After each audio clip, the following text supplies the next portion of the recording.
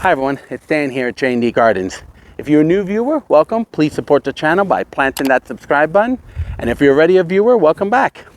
Well, we kind of have a different episode for you today, one that we haven't done in the past, and that's talking about our lawns. And I'm going to tell you how poop, yes, you heard me right, poop, has given me a new motivation to care for mine. So stick around.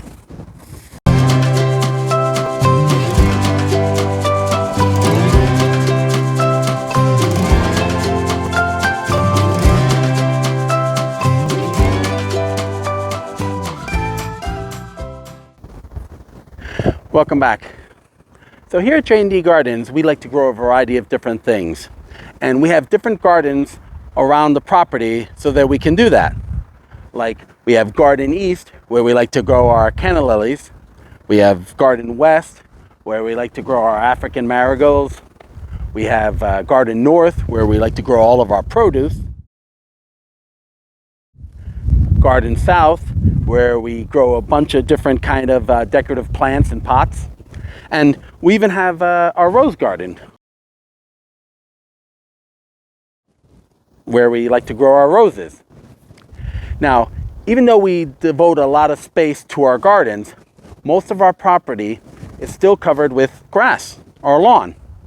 Now, truth be told, lawn care in the past has never really been my thing. You know, I've never had the greatest lawn in the neighborhood. You know, I have patchy areas. I get a bunch of weeds in the summer like everyone else does. Certain spots are unleveled and ditches. But, you know, a few years ago, Jackie and I were out walking the property, and we were talking. He said, you know what? We devote so much time and effort into all of our gardens. Maybe we should start doing that for our lawn as well. You know, give it that old yes we can attitude. Now, don't get me wrong. I've never neglected my lawn. I always make sure it's mowed. I make sure everything's edged and trimmed properly. And actually, I'm kind of fanatical when it comes to watering. I always make sure my lawn has plenty of water. Actually, I remember last summer, there was a stretch where it went over a month without raining. Now, it wasn't drought conditions or anything, but it was just constant 90-degree days. Everything was very hot. And you know, you've heard me say in my area that it's very shaly, so nobody really here has sprinklers, but I use above ground sprinklers. And I remember all my neighbors that summer, ones who have beautiful, nice, thick green lawns, you know, the kind you want to just lay down and go to sleep on, all their lawns were yellow. And mine was actually the only one in the neighborhood that was green, or as green as it was going to get for being such a hot patch. So I was actually kind of proud of myself. But back to when we first started putting an emphasis on our lawn. So, you know, first we started thatching our lawn, because we haven't done that in forever. And we rented an aerator, started reseeding in the fall, and then seeding again in the spring. And, you know, just read up as much as we can about lawn care, learn everything we could. And then I wanted to start getting into fertilizing my lawn. So you know, I read everything I could about that, picked the right fertilizer for that kind of year, got a brand new spreader, and decided to start in Garden West. Now, if you've seen pictures of our Garden West, it's a very decorative area. It has a lot of pavers and decorative patches of grass, and I'm not sure why I started in that area, but I did. And so when I was fertilizing, I wasn't used to that spreader or fertilizing for that matter. So I actually started putting too much fertilizer down, and I got really nervous because when you put too much fertilizer down, you'll burn your lawn. So I started grabbing a broom and a rake, trying to get off as much as I can. Actually, a little side note, a friend of mine that's a gardener tells me if that ever happens, don't try to rake it out. Actually get a leaf blower and blow it all away, because that's the only way you're going to get a lot of it out of the grass. But anyway, so lo and behold, what did it do? It burned out the grass, and Garden West looked terrible. And thank God that happened afterwards. We had just shot the trailer for the channel, and Garden West looked great. So thank God it happened afterwards, because it looked terrible for the rest of the summer. So after that, I actually got kind of gun shy with fertilizing. And then, so I didn't do fertilize again, obviously. So the next year came around, which was last year, and I certainly didn't fertilize because it was just way too hot, and grass was holding on by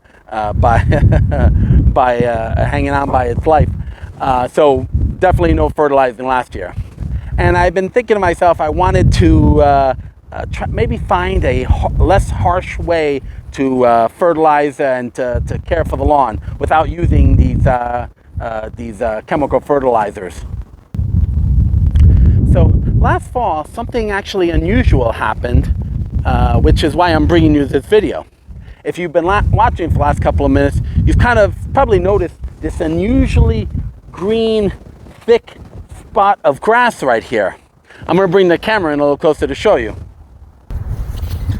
So sometime in late October, and I remember because it was around Halloween, because I had all my Halloween decorations out here, we had a sewer backup in the house, and we didn't notice it for a couple of days. And the reason why is because we actually have 2 clean-out drains. And if you know what a clean-out drain is, it's basically it's access to the sewer pipe, so that in case anything backs up, you can snake it and get the clogs out. Now we have 2 of them. One clean-out in the front of the house, and the other clean-out is actually right here. And I guess sometime in October, when I was mowing the lawn, I probably loosened up the cap for the drain. So what was happening for, I think it was about 2 days, all the sewage from the house was coming to spreading out onto the lawn in this area. And like I said, we didn't notice it because it was, it was darker at night. So when we come home from work, we just didn't notice. But one night I came out and I noticed the smell, and I was like, oh boy, there's a drain. So I cleaned out the drain and I closed it up. So all that waste was had spread around in this area. Now,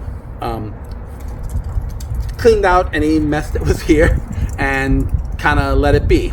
Now, sometime in January, maybe late December, early January, I don't remember, I was looking out of the bedroom window and I looked down and I noticed how well this was growing. And I didn't think about it at the time. And I was like, wow, this is really incredible. The rest of the grass looks like the way grass does during the winter, but this area was just still growing. This was all mowed at the same time, sometime in October. I haven't mowed it since then. And we're in the end of March, almost spring, and this grass is nice and tall and extremely green. So I'm looking out the window and I kept wondering. And then it finally dawned on me. I was like, that's right, we had a sewer backup. And I guess all the